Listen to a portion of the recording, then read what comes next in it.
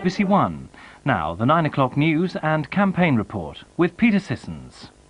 There have been the most bitter exchanges of the election campaign after Tony Blair claimed the Tories would put VAT on food and abolish the state pension.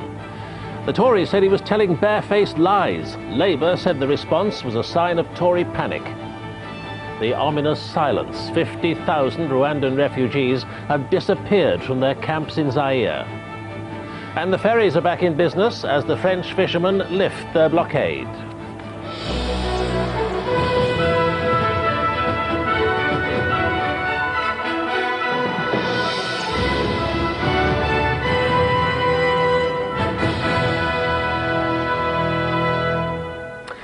Good evening. With a week to go to polling day, the campaign today erupted into the most personal and sustained attack by the Tories on Tony Blair.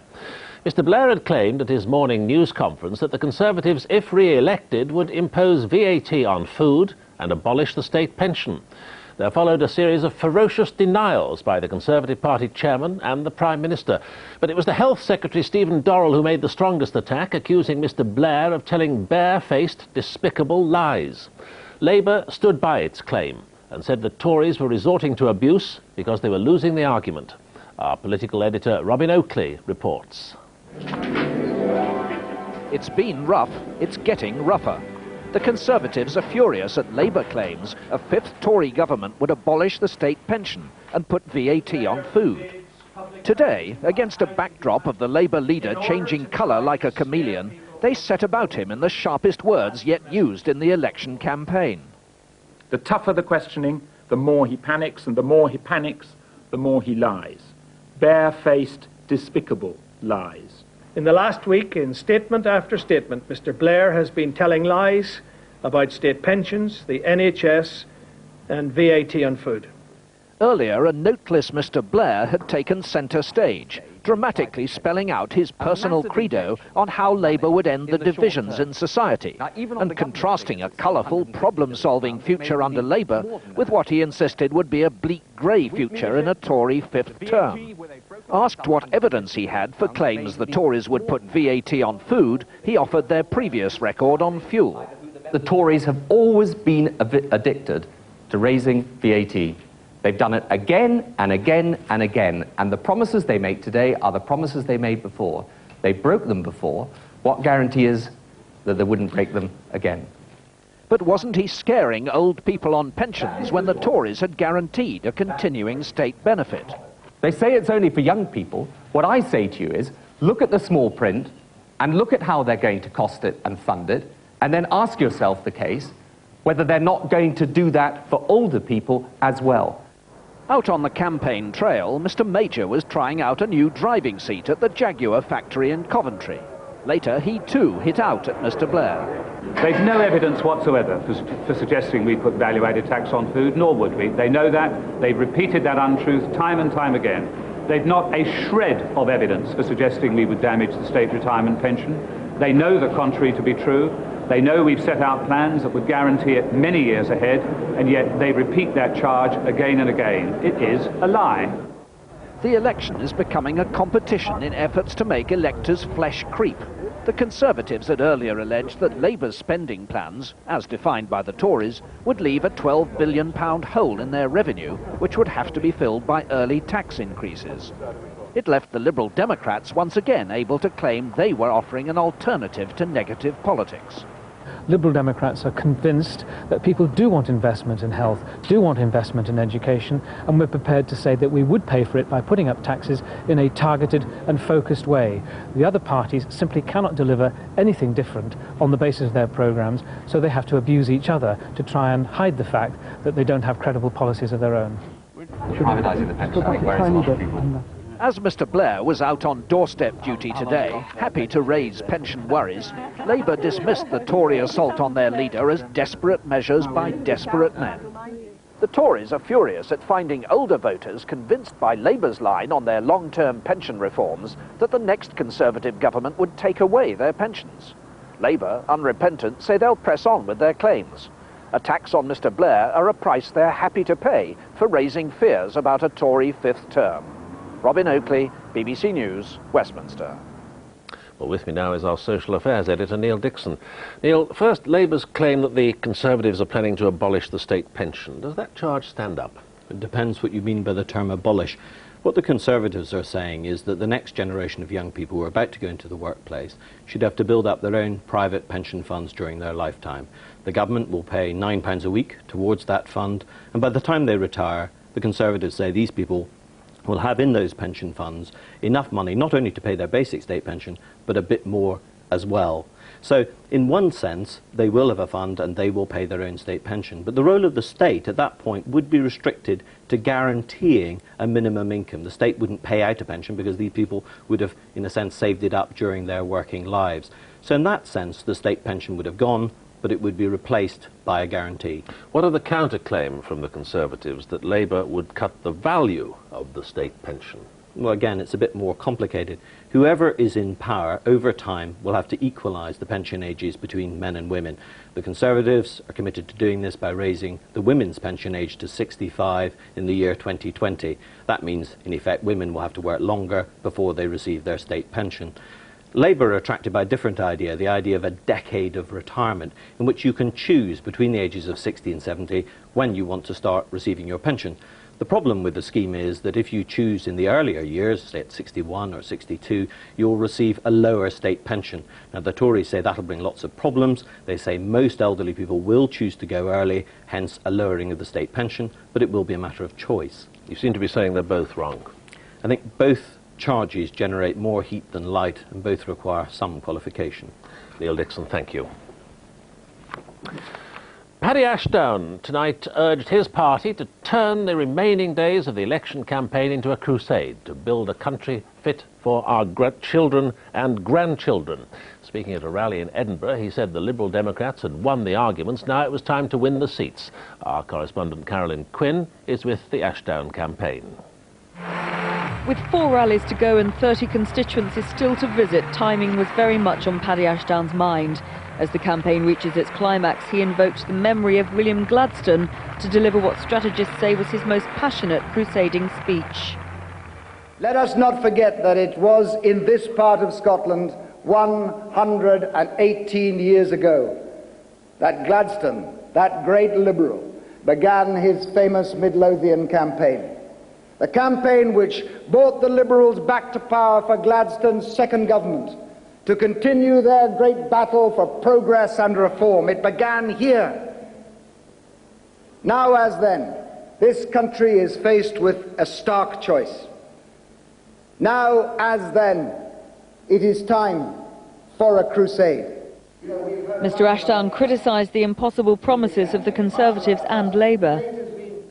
The Labour Party has decided to fight this election on the awe-inspiring message for our country. New Labour, no difference. Well, we can make the difference. To elect either Conservative or Labour at this election would be a triumph of hope over experience.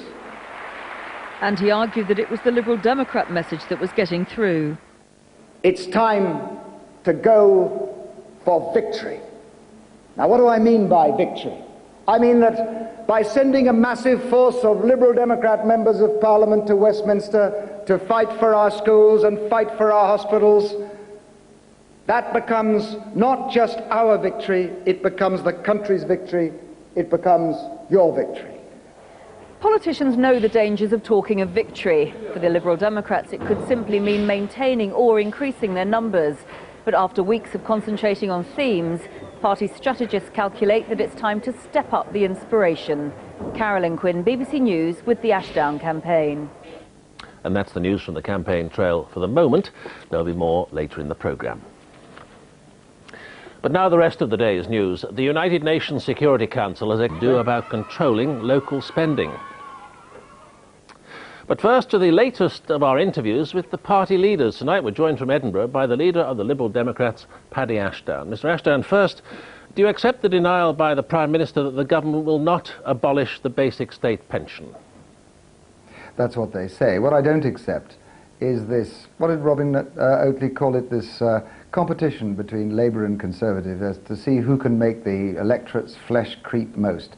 This ridiculous and I'm bound to say pathetic, recrimination, scaremonger and counter-insult, I think does neither of them any good, turns the electorate off in droves, and we don't intend to take part in it. You spoke tonight of how alike Labour and the Tories now appear to you. You coined the slogan, New Labour, No Difference. How far do you believe they've converged?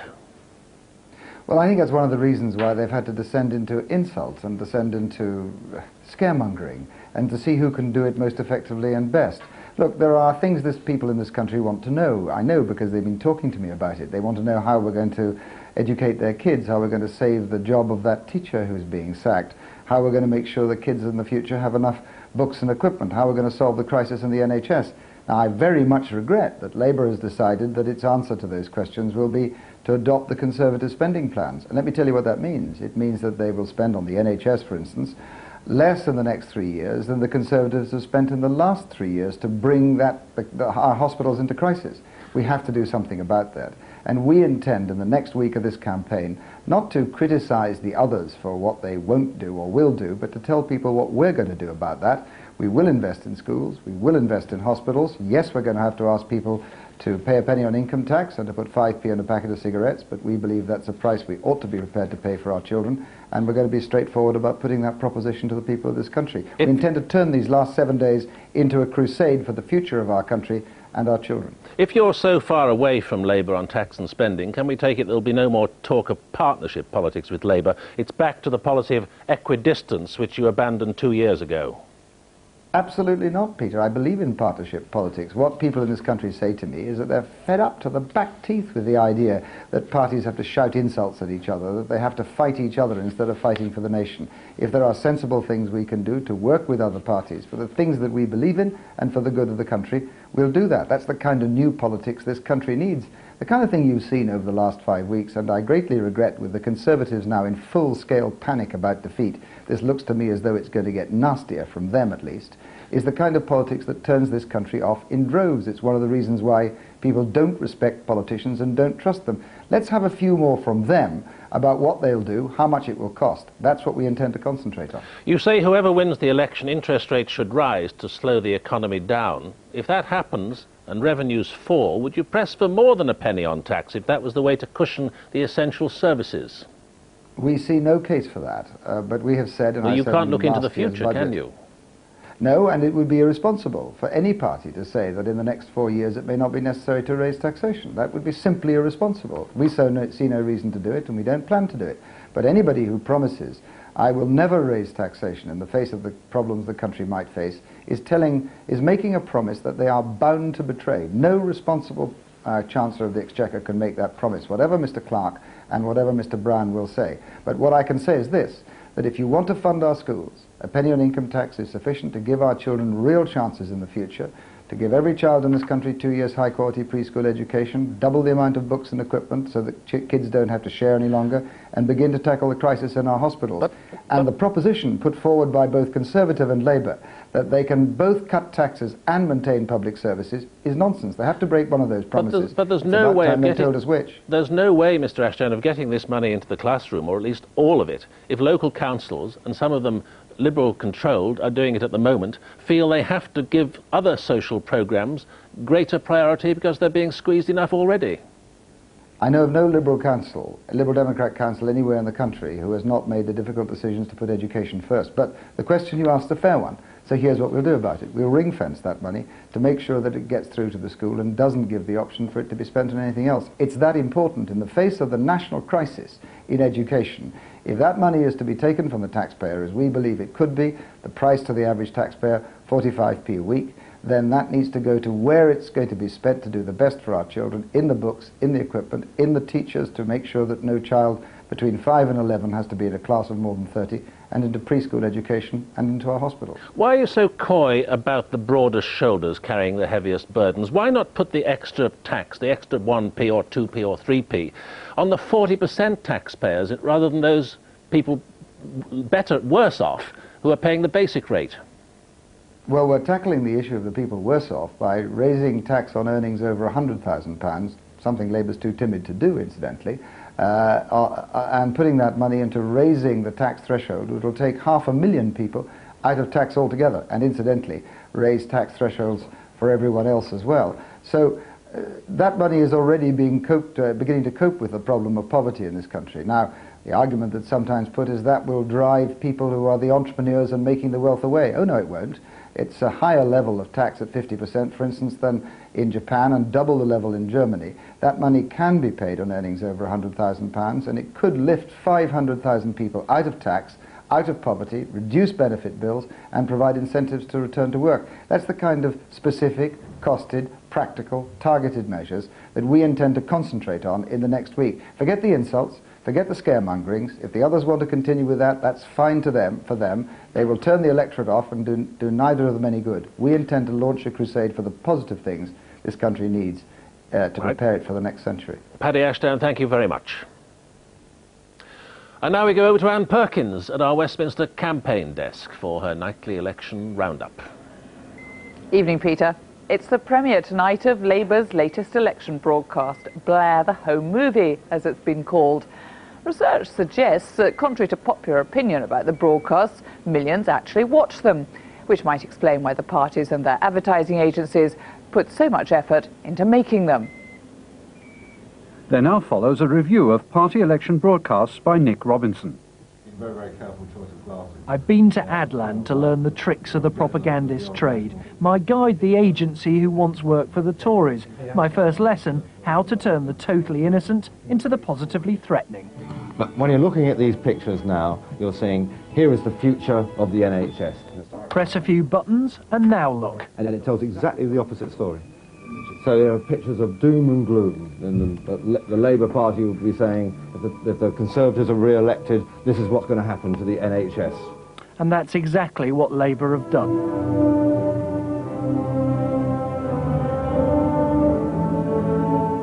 The Tories' broadcasts have tried to build fear of what the future will hold. Britain's booming, don't let Labour mess it up. And I thought, you know, they won't do that, Blair won't do that. But they have. If you get it even slightly wrong, people are very sensitive to it, and we know that they will spot immediately if they think it's a bit phony. Phony's exactly what Tony Blair's accused of being. Tonight came a broadcast designed to answer that. What I keep saying to people is get behind the image. It's quite difficult to do. This is so interesting. Blair has been attacked for being an image, for being superficial. And here he's saying, hey, I'm going to show you the real me. Take a look for yourself. Blair the movie shows the Labour leader as human being, playing football even in his kitchen, whereas the Lib Dems' Ashdown the movie seeks to play up their man's action man image. You see him in Borneo, in uniform. You see him on a ship, in a tough job. You see him jogging through the countryside, an image which is almost exactly the same as the kind of images you would see in American political advertising. Or in a dog food commercial. Or indeed in a dog food commercial. And if you don't like commercials for politicians or dog food, you can of course turn on the kettle and make yourself a cuppa. Please don't. The anti-abortion party, the Pro-Life Alliance, has failed to get a TV ban on its uncensored election broadcast overturned in the High Court. But the party has put the film, which contains footage of aborted fetuses described in court as shocking and offensive, on its internet website. A censored version with more than 2 minutes obscured has been shown on television tonight. The latest opinion poll out tonight suggests little change in the size of Labour's lead over the Conservatives, but might cheer the Liberal Democrats. The Harris poll for tomorrow's Independent puts Labour on 48, an 18-point lead over the Conservatives on 30, with the Liberal Democrats on 15. Last week's Harris poll a week ago gave Labour 49, with the same 18-point lead over the Conservatives on 31. The Liberal Democrats were 2 points lower at 13. Tonight's poll was carried out between last Friday and Monday and has the usual margin of error of 3%. Women's votes won the last election for John Major, and they could well decide this election too. A majority of the currently undecided are women, but the pollsters say there are no longer women's issues. What matters to women are the same things that matter to men: the economy, health and education. The Liberal Democrats marked Take Your Daughters to Work Day with candidates and daughters, including Asquith's great-great-granddaughter Violet, and a promise to transform women's working lives. We want to provide free preschool places for all 3- and 4-year-olds, but also in the workplace we would provide extra tax incentives for employers to provide creches and nurseries at the workplace. Animals have played a prominent role in the election so far. You've heard Cabinet Minister William Wardgrave talking to elephants, Union leader Bill Morris arguing with teddy bears, and last night Paddy Ashdown interviewing a cow. But there's none more involved in this election than Max the cat. He has got himself a vote. Max Garner got his polling card yesterday. His owner says he encourages him to follow the election campaign. Good afternoon. Lorry drivers stranded at the Channel ports have He's said to be particularly interested in European policy. I think he's worried about the fish quota. He likes to have his fish supper once a week, so I think he's worried that if the Europeans cut back on the fish, he won't get his fish supper. The vital question is which party do most cats prefer? Max's views are unclear. He is, though, only 14 and may yet find he can't actually vote. And that's all from us. Back to you, Peter. I'm speechless. Much of England will be holding local elections on polling day, but the turnout's usually poor, just 37% last time. Some experts blame the lack of interest on central government for eroding council powers. The Conservatives have kept local authority spending under central control by the practice of capping. The party says it will continue capping councils who are spending too much, and it will continue to set the level of business rates centrally. The Labour Party says it will end capping, but keep the power in reserve. It also plans to consult businesses on whether their rates should be set locally. The Liberal Democrats want councils to raise more of their funds locally. In the long term, they'd replace the council tax with a local income tax, and they'd allow councils to set the business rate themselves. Our local government correspondent, John Andrew, examines the party's policies towards council powers. Danny Greers works for Birmingham City Council. Homes and businesses depend on him and his colleagues to get rid of rats and other vermin. It's one of a whole range of vital council services that across the country account for a quarter of all public spending. But when it comes to local elections, Birmingham's voters, rather like Danny's quarry, are a bit elusive. In some wards, fewer than 1 in 5 bothered to turn out last time. It's a picture repeated in many other areas. But Labour and the Liberal Democrats believe more people would vote if councils got back some of the powers they've lost over taxation and funding. Town halls like Birmingham's are cathedrals to the municipal power that councils used to wield. From here, essential services like health, water, sewerage and gas were all developed into the infrastructure that make big cities work. Under Joseph Chamberlain, the city was hailed as the best governed in the world, all achieved through local initiative. I have an abiding faith in municipal institutions, an abiding sense of the value and importance of local government. Since then, councils have lost many of their functions, and more recently, their powers have been whittled away by central government. Since 1979, over 150 Acts of Parliament have redrawn their powers and duties. Some have added new functions, like care in the community. But overall, the balance of power has swung dramatically from town halls to Westminster, and many believe it's left local democracy bruised and battered. Its finances, its spending, its taxes are really controlled by central government. There's a cap on what they can spend and raise in taxation. They've become essentially an arm of the national government.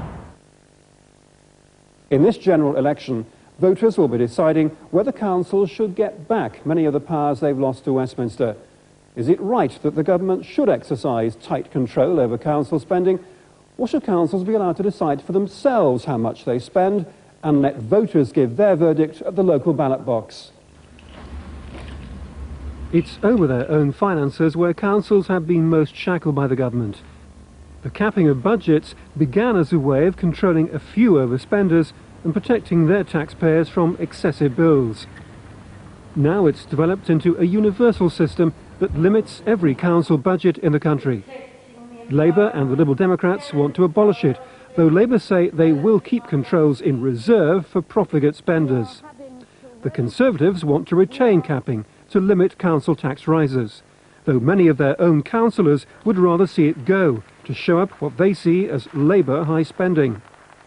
If we hadn't had capping in recent years, the local Labour-controlled council wouldn't have been able to make outlandish expenditure promises and then to turn round and say they can't spend the money because of government restrictions. Repairs to school buildings are also limited by central controls on council borrowing. Perry Beaches needs complete rebuilding after 2 major fires. It's having to rely on mobile classrooms, and space is so short that 2 double up as canteens. Work has begun on a new administration block, but £10 million more are needed to complete the school. The Liberal Democrats say they commit £500 million to repairing Britain's rundown schools. Labour and the Conservatives would use a mix of public and private finance. But no party's ready to let councils like Birmingham have the freedom to borrow all the money they need.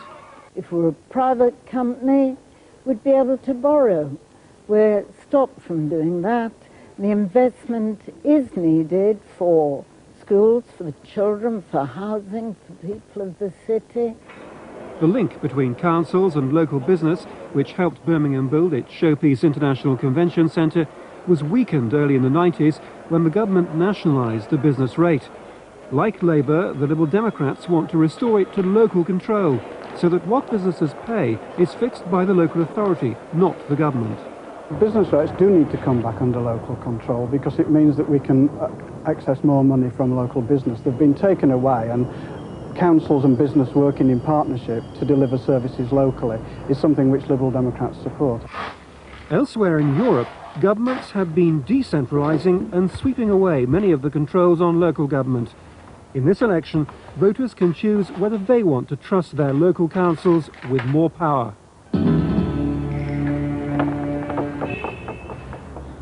John Andrew reporting, and you can find more information on the party's policies on local government in our election fact file on page 130 of CFAX after this bulletin. The main election news tonight, there have been bitter exchanges as the Conservatives accuse Labour of telling lies over tax and pensions. Joining me now is our political editor, Robin Oakley. Robin, you hinted in your report that it could get rougher. You sure of that?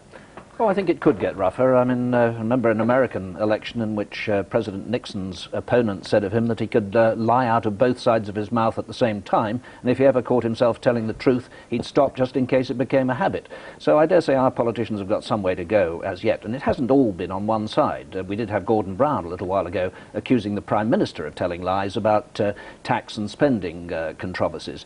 The problem, I think, for our politicians is that they're held in fairly low regard in all the opinion poll evidence at the moment. So how much of this accusing each other of lying can go on without them being further harmed in the public eye is hard to see. And how much of this event today was synthetic on Labour's side, carefully laid out in the famous leaked war book? Well, the leaked war book does show us that Labour were always intending to go for the Tories on VAT on food. Indeed, they've had posters up on that for some time, simply because they've got the Tory record to go at. The Tories promised at the last election not to put VAT on fuel. They then did so when they had to get tax revenue up from somewhere else. So Labour have had that to go on. They thought they could safely run more VAT scares this time round, and undoubtedly we will see them pressing home this attack further. And no chance of a retraction that Mr Major is pressing them for, presumably? I don't think we'll see any sign of a retraction, no. Robin Oakley, thank you. And that's the news tonight from the 9 o'clock news. Good night.